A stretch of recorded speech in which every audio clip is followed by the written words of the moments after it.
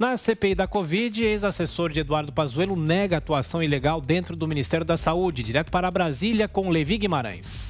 Na CPI da Covid, ex-número 2 de Eduardo Pazuello nega que o general terceirizava competências, mas diz que militares não têm traquejo político. Ayrton Antônio Soligo participou de compromissos no governo por 2 meses antes de assumir o cargo de assessor especial do ministro em 2020. Ele deixou o cargo em março deste ano com a saída de Pazuello. Conhecido como Ayrton Cascavel, o empresário foi deputado constituinte e vice-governador de Roraima. O Ministério Público Federal suspeita que ele atuou como gestor sem ter vínculo com a pasta da saúde, o que seria usurpação de função. O ex-número 2 de Pazuello explica que a nomeação dele demorou por causa da saída de Nelson Teich do Ministério. Primeiro, quando eu vim pensando em ficar 10 dias naquela condição. Logo em seguida, eu sou convidado no dia 12 de maio, pelo ministro Teich, para ser seu assessor especial. 2 dias depois, 3 dias depois, no dia 15, o ministro Teich pediu demissão de forma inesperada. Ou seja, aquele pedido já não existia oficialmente mais. Eu fiquei ali naqueles 4 dias, eu não estava em lugar nenhum no ministério. No dia 22, é que se nomeia o ministro Pazuello e apenas no dia 26 ele me retifica o convite. O depoente complementou dizendo que demorou a se desvincular da empresa que comandava porque os cartórios estavam fechados e alega uma resistência da Casa Civil à nomeação dele. Ayrton Cascavel afirma ter conhecido Eduardo Pazuello durante a Operação Acolhida, feita para abrigar venezuelanos em Roraima. Ele argumenta que já no Ministério da Saúde era responsável por interlocução com estados e municípios.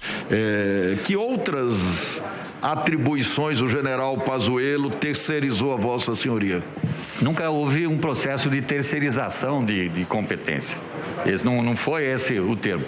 Quando eu fui assessor especial, efetivamente assessor especial, eu trabalhava na interlocução muitas vezes com parlamentares, com prefeitos, com os secretários de saúde, que criou essa relação. Existe o Fórum dos Secretários, Conselho Nacional, o CONAS dos Secretários de Saúde, eu fiz parte como secretário estadual. E também dizer, senhor senador, que olha que a grande maioria dos militares, eu não estou aqui falando nada denegrindo militares, que tem o maior orgulho do nosso Exército, das Forças Armadas brasileiras, mas que não tem o traquejo político do trato.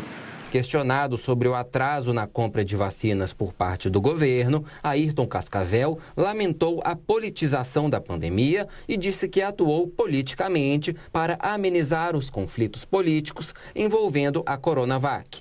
Ele argumenta, no entanto, que as conversas com o Instituto Butantan nunca foram interrompidas. Toda vacina era necessário.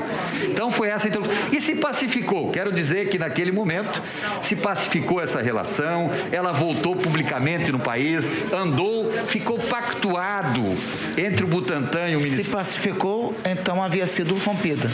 Pacificou. O lado político, o lado institucional acontecia. O senhor foi interlocutar, dialogar para pacificar, certo? Exatamente, eu tô dizendo isso. Foi para retomar? Não, o Ministério nunca deixou de retomar. O ex-assessor de Eduardo Pazuello acrescenta que não cabia a ele comprar vacinas. Ayrton Cascavel desconversou quando foi confrontado com nomes envolvidos em supostas irregularidades em negociação de imunizantes, como o ex-diretor de logística do Ministério da Saúde, Roberto Dias. O empresário aponta que, enquanto esteve na pasta, havia o assédio do que chamava de picaretas que tentavam vender vacinas ao governo.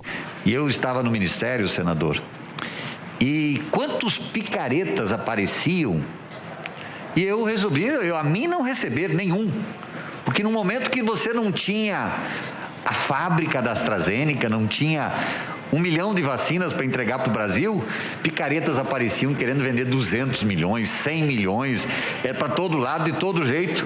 Ayrton Cascavel foi acusado por diferentes senadores de cometer o crime de usurpação de função pública pelos meses em que atuou na pasta antes da nomeação. como fez o vice-presidente da CPI, Randolfo Rodrigues, da Rede. O senhor claramente aqui declinou, e nós temos material comprobatório que durante um período o senhor estava no âmbito do Ministério da Saúde, o senhor recebia prefeitos, governadores, participava de atividades sem a função pública designada, sem função ocupando.